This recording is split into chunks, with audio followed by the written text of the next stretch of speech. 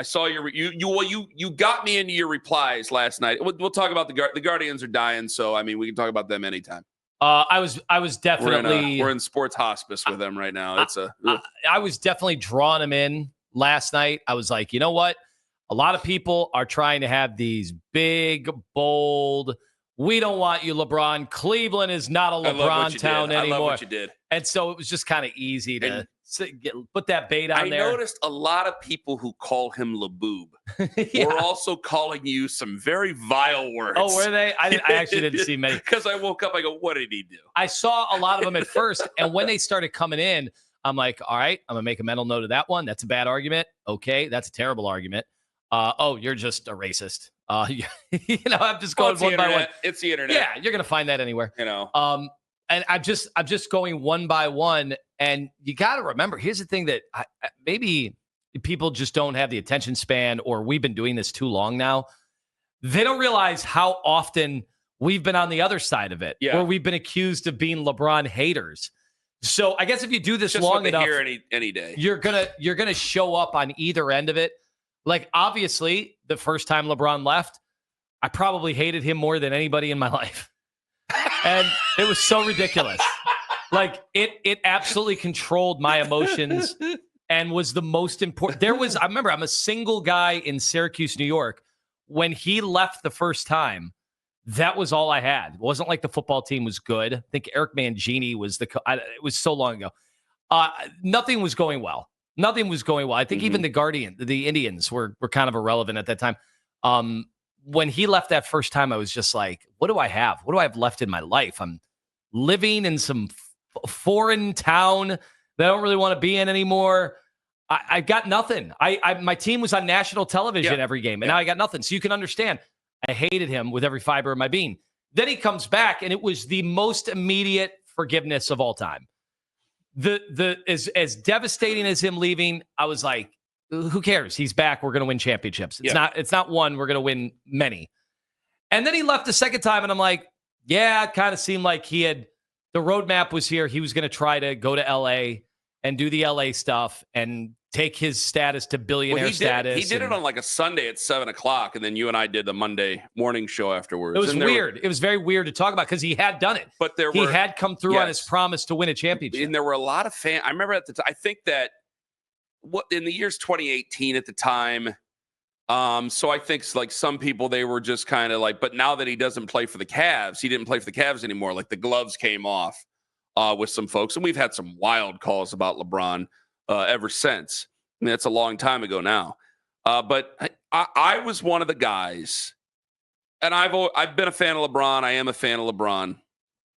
I think much to people's either surprise or chagrin because of whatever cubbyhole they put us in, whatever.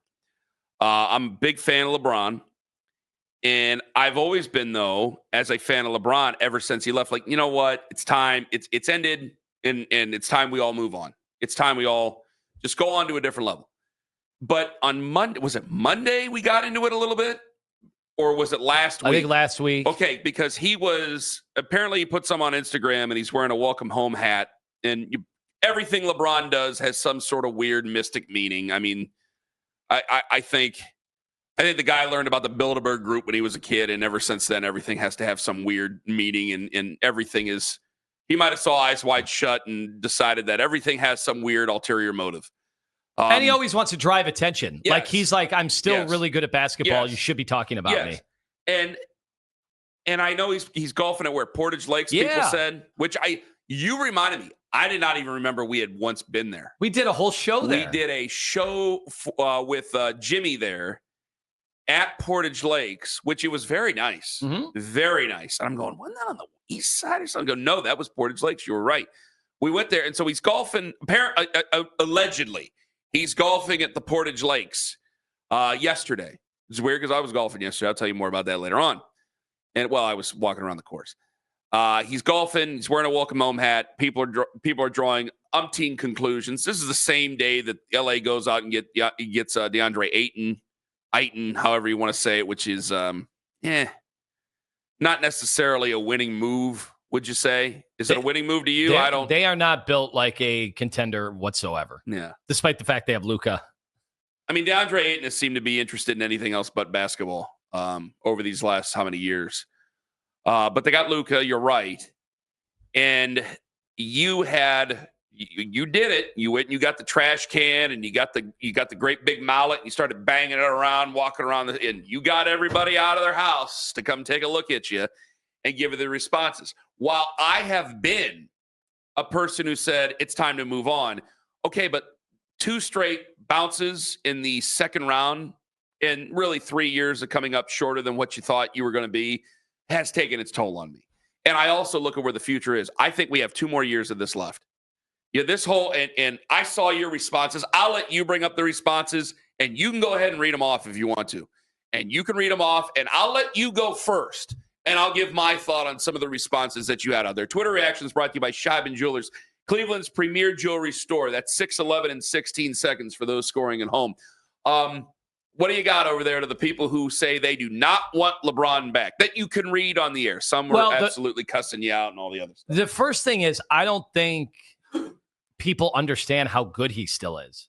That's crazy to think about because it's LeBron James. He's going to go down in history as either the best or the second best player to have ever played this game. He's going to have every record. And last year, because they got knocked out of the playoffs because they had Luka on the team, people are assuming he's not good. It's like, holy cow, you clearly haven't been paying attention, and I guess maybe why would you? He was staggeringly good still doing so many things well. And I'm trying to think, like, what has dropped off from his game? And the only thing I could really point to was the consistent throughout an entire game, the effort level. Like, he's obviously, he cares about making sure he's going to be around towards the end of the season. And so you're not going to get the LeBron James that we had in the first or second iteration. Yeah. But the LeBron right now in a playoff series, when we question which guys actually have another level to their game, like LeBron is still a top 10 player in the league. That's crazy to think about, but he is.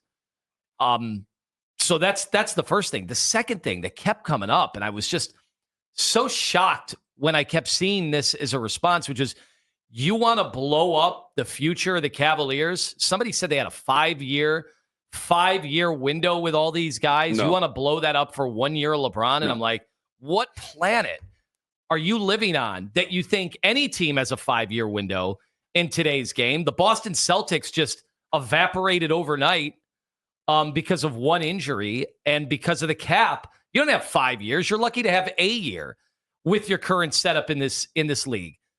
Not to mention, Donovan Mitchell has been on fumes 2 second seasons in the second round. The second round. There are 2 more rounds after that. Yeah. If Donovan Mitchell is on fumes 2 rounds in, what do you think is going to happen 2 years from now? Yeah. Like, guys, your window is right now. You do not have a 5-year window. Mm-hmm. And if you're telling me, oh, well, no, just it'll be Darius's team and however many. Okay, Darius can't even be the second or third best player on a team that can't get out of the second round. What are you talking about? So that is the stuff I do not understand. And the other one is he's going to bring drama. He's going to bring this. He's going to bring that. Yeah, he did all that in 2016. We won a championship. Like, that stuff doesn't matter. Once you get into the playoffs, the drama stuff, like, yeah, you're going to have to hear about stuff in the regular season. Sure. Wouldn't you say it was worth it the last time we had him? Because I write down the drama. Oh, yeah, we won a championship. I write down the drama. Like, who cares about whether there's drama or not? Mm-hmm. All right, those are the first 2. What you said is true. I'm giving them a 2-year window. If it's a 2-year window and I only expect them to play 1 or 2 more years, I don't understand the issue. I think that at the end of the next year, if they have not got to the point that they need to get to, I think that there will be player options exercised, and I think Donovan Mitchell will look for a new place to play. These things change very quickly. You mentioned the Celtics. I think that, yes, he does. He's a New York guy. I think the Nets are very different from the Knicks, but I think that the Knicks could be a different organization in 2 years. You know, they went through a bunch of different hiring processes to bring in Mike Brown, who is a good basketball coach, a good, solid coach. So we'll see what they do. That helps our situation, but we have to make sure that we're in the proper spot to really compete. If we don't compete, there will be other options for a guy like Donovan Mitchell, who's obsessed, underline the term obsessed, with winning an NBA Finals. So if you have a guy like LeBron who has 1 to 2 more years left, that changes things. The bringing the drama thing, he absolutely brings drama. The reason why we're talking about it today is because he was wearing a welcome home hat playing golf in the local area, and he knows better than anybody, as well as anybody, that anything he does is going to get people talking. And it's on the same day the Lakers go out and make just kind of this blasé move. So there it seems to be a back and forth of power between LeBron and the LA Lakers. And if we can benefit from that, I think a lot of people want to benefit from that. Some of the other responses I saw to you, again, you either can't repeat them on the air, or they were basically those type of arguments that you had just put out there. Unrealistic ones. Ones that, well, he's too old and he's slow. He is not slow. He is not rickety. He is old. He's 40. That cannot change. But he is not slow. He is not rickety. He is not Gary Payton at the end of his career or any one of these other guys. And frankly, some of the stuff that's been thrown out there, and I didn't get a chance to respond to this. I know Bill Ryder said, well, if he really wants to win, he should have taken a pay cut. Players like LeBron can't do that. A player like LeBron has to take the max. One, because he's already taken a pay cut. Two, because if you're a guy with that edge and you take pay cuts to ring chase, then you're buying into your own mortality. Once LeBron buys into his own mortality, yes, he will probably fall off a cliff. You can't do that. He can't allow himself to do that. And he still, because the league cannot develop any other stars the way they've developed LeBron over the last how many years, and LeBron basically developed himself as a star. He was almost undeniable. The league is not ready to hand it off to anybody else, it seems. So, hey, I'll hear all the arguments because I made those arguments back in the day. The drama. Okay, I like this team more. It was easier. That team was great. They won a championship, for crying out loud. So they obviously are put in a separate category. It's fun during the regular season. Yeah, it's drama-free during the regular season. But you know what? The last 3 years have caused me a lot of anguish, a lot of pain, a lot of frustration, a lot of questions about certain guys and whether or not they're bought all in about it. And I think a lot of Cavs fans feel the same way. And they're ready for prime, now, whether they're ready for prime time. With this group and how they are, I got one guy who I know is ready for prime time. I got another guy who I am begging to be ready for prime time. And I do think he took a step towards that when he played on a bum, severely injured ankle during the series against the Indiana Pacers. And I hope that shows great things for what he's willing to do to try to bring this team along, because he is the special key in Evan Mobley. One, I think he's too talented, but also too small to really trade, even though I have something else to say with what I heard about what LeBron and them were saying about him earlier this week. I got another guy who I think a lot of us have lost faith in the postseason. And maybe we just like him because he's a really nice guy. And that's okay. You can like a guy because he's a really nice guy, but you don't count on him. And you guys know you can count on LeBron in those moments. I don't need him for January 11th. You need him for why we're so frustrated right now. And so that is why whatever drama is there, and there will be, because if this year in the end of it, the next year will be, and he will announce it, and then you will have an every night retirement, and it will be bizarre because he will go to all these other arenas and they will give him gifts because he will do that for the league. So he can be an owner someday. They'll go around and they will have a great big tour and everybody will make a lot of money and he'll get these gifts from all these places, but also you're going to be trying to compete for a championship. But because of how it ended this year and last year, and especially the year before that, got 3 years like that, I'm ready to commit to that again. Even though I don't know how you make the money make sense. 216, go ahead. Lakers, by the way, championship odds, they are lower than the Orlando Magic. But would you want LeBron back after all this? It's a question that a lot of people are asking, a question a lot of people are answering, whether or not we want to go around for a third time. This would definitely have a expiration date on it. Would probably be at the end of this coming year or the year after that. Probably the year after that. I mean, if he hasn't declared it now, he probably won't declare it until the year after that. As always, you can listen to this show or all of our local shows right here on The Fan, Apple Podcasts, Spotify, wherever you get your podcasts, or take The Fan wherever you go. If you're not working today and you're on your way to, say, the beach or something like that, listen to us on the Odyssey, iHeart, or TuneIn apps. Go ahead and listen to it all, brother. Go ahead and get it It's going to be great. 216-474-0092. Bobby Mark's going to join us 7:20 this morning, ESPN. Former assistant general manager going to be talking to us about, okay, are there possibilities that they can do? Because the money would have to work out. You would have to get rid of a lot of players on your roster to do that. And this is where, can I play devil's advocate for a second? Because you didn't have to bring me across the aisle. I saw what happened in the Pacers series, what happened last year, what happened the year before that. And I think we're headed to a point of no return, especially with somebody else on this roster. I'm going to get to that at 7:02 this morning. I'm open to it. But, when you say, Anthony, that fit matters more than it's mattered in quite some time in the NBA. Listen, I know you're talking about LeBron James here. You're not talking about, any run-of-the-mill basketball player, any run-of-the-mill all-star for that matter. But when you spend time with me over the recent weeks and now months talking about fit and why to move this guy or why to move Darius Garland, let's call it what it is, why to move him, that it kind of smacks to a lot of people, okay, are we just desperate? Is that it?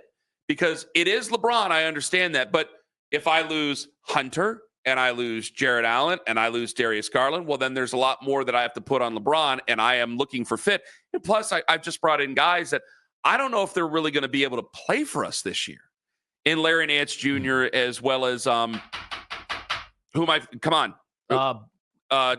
Yeah, Lonzo Ball. Good God. Thank you. I just brought in guys who I don't know if they're going to be able to play for us this year. So you will have to make it fit, Tone. And I know it's LeBron, but it is not LeBron at the peak of his powers. Like, I admit he's old, and I think that he's still explosive, and I think he's still fast and great, but I think that something bad can happen at any time, and we will never see him like that ever again. Yeah, I mean, that's for sure. Just look at Darius Garland going down with a toe injury that stymied him. Understood. So, yeah, you're right. I mean, that's the issue right now in the NBA all over the place. Every team, just one injury away. I mean, the Pacers are missing Halliburton all year and blew up their team. Tatum from Boston, they end up blowing up their team. So it is that fickle. Joel Embiid every single year for Philly. I mean, if that guy was ever healthy in the playoffs, I'd pick Philadelphia. Yeah. But he's not. So the injuries are a huge part of it. You mentioned desperation. Like, I look at what Milwaukee just did as total desperation, where they stretched Dame Lillard's contract out over all those years, and they did it so they could bring in Miles Turner. Okay. And Miles had himself a great playoff run until his shot, totally evaporated in the finals. Mm-hmm. But, you can make the argument that Miles Turner outplayed our bigs in that series. But that was a move of desperation now. They're going to have $25 million every year of dead cap, basically, without Dame Lillard on the team, just so they could try to figure out a way to keep Giannis.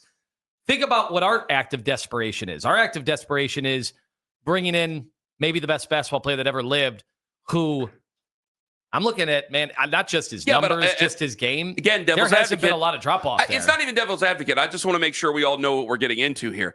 It's still, you're saying our act of desperation isn't as desperate as Milwaukee. Well, I still don't want to be desperate, though, if I want to make this move. Like, I want to know what the assurances. Like, LeBron is the best player of the generation and arguably the greatest of all time. We know where you and I stand on that. But I don't want to use Milwaukee being really, really, really crazy to hold on to their player as a reason for us to go out and get. I just want to look at our situation. Like, I don't take Milwaukee very seriously regardless. There are teams that I take serious to get in our way right now. And then there's teams I would take seriously depending on what move we make. I want to focus on them.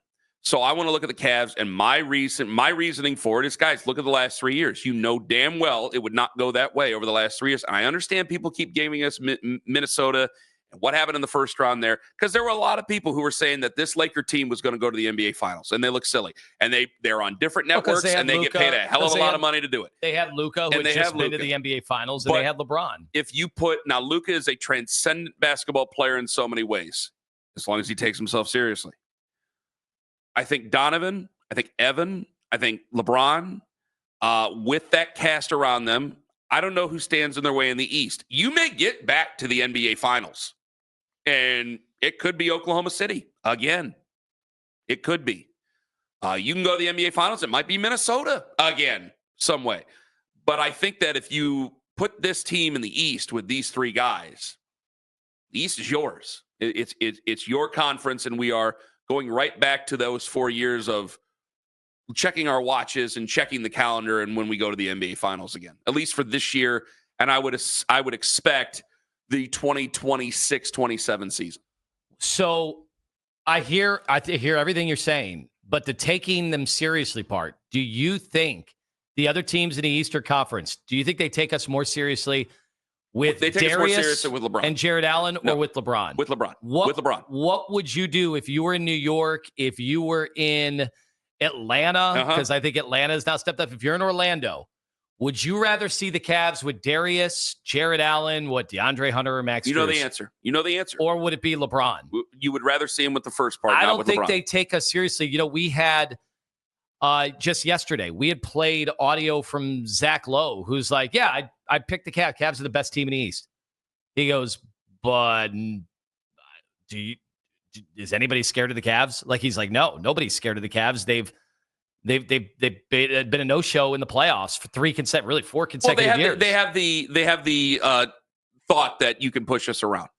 The identity is that you could push us around. We will fold and we will lose. By the way, it's not only the thought of national media or people who are trying. That's players. It's our own coach and our own GM said it. They literally said, we've got to gain some mental toughness. But that's not a team of rookies. This is year 3 of this core and year 4 for some of them, or year 5 for some of them. And you're hearing that from your coach. Like, I'm sorry, I'm going to go ahead and assume, as is, this team is once again going to be mentally weak next year. I hate to do that because they're so much fun in the regular season. They were so awesome. I thought they were special. I was picking them to get to the to get to the NBA Finals, especially once Boston went down. Yep. And I was wrong. I should not have abandoned my philosophies about basketball to do it, but I got swept up in the emotion of this team.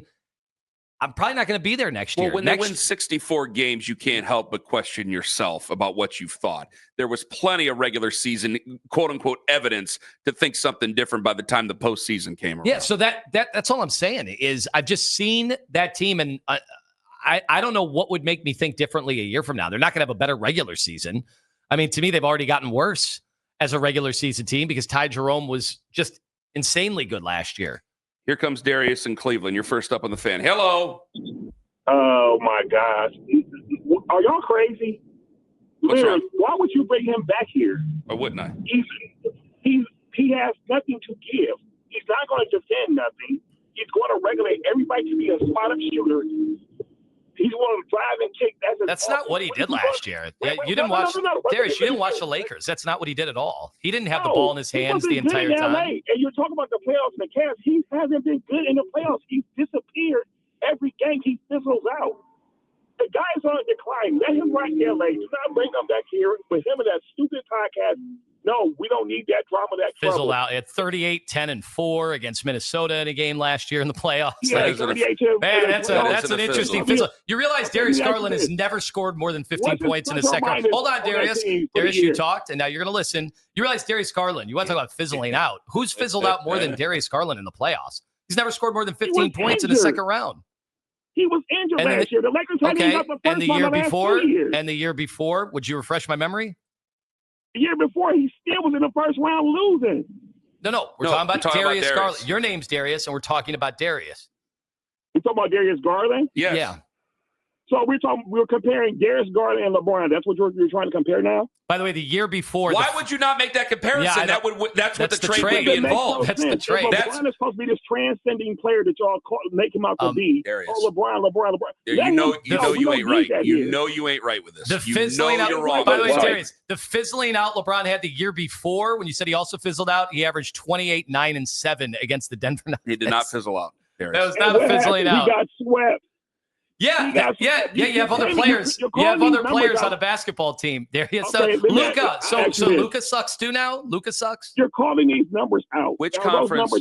You said he fizzled out. No. You weren't right. Darius. He was right. I am right. No, you're not. He fizzles out. Darius. Which conference is better? Have you watched the playoffs this year? If he With fizzled out, he what do you had say 20 about points. Darius? What do you say about Jarrett? I hate to Jared. say it. What do you say about Evan Jared, Mobley? no, What do you say Jared about is- any of the look, Cavs? For the record, I'm not the Jared one is yelling. definitely a weak player. I give you that. I would not say that he's not. Jared is not a strong player for the Cavs at all. So you want to keep that intact instead of going after LeBron? No, I don't want Jared at all. I want Jared gone too. But I don't need LeBron and that podcast and the drama he brings. No, I don't need that. No, because he's going to stunt Evans' growth. Number one, he definitely will. What team do you have? What team do you give a better chance? The team they have right now to get to the NBA Finals, or a team with LeBron James? The same team you got now. You just lied to yourself. You know it. How? You know it. He hasn't got the second round. You or the know. first round You in the past 4 understand. years. What are you talking He's about? playing in the West. I'm talking about playing in the East. You know, if you're watching basketball, and I accuse you of watching basketball, then you know very well the West is a much tougher conference than what the East is. Okay, so let me ask you this. Name What? the 5 top teams in the West. The 5 top teams off the top of my head. By the way, I got one for you, Darius. Maybe a hot take. No. I think. Hold on, I'm telling you. I think the Clippers could have come out of the Eastern Conference this year, and they couldn't get out of the first round in the West. You believe that? I watched the Clippers. By the way, Honestly, I listen. saw us play the Clippers and Kawhi Listen. Leonard go off, and Yeah, we had he's no a five answer. top teams out west. Darius. Oklahoma City. Okay. Uh-huh. Denver, Minnesota.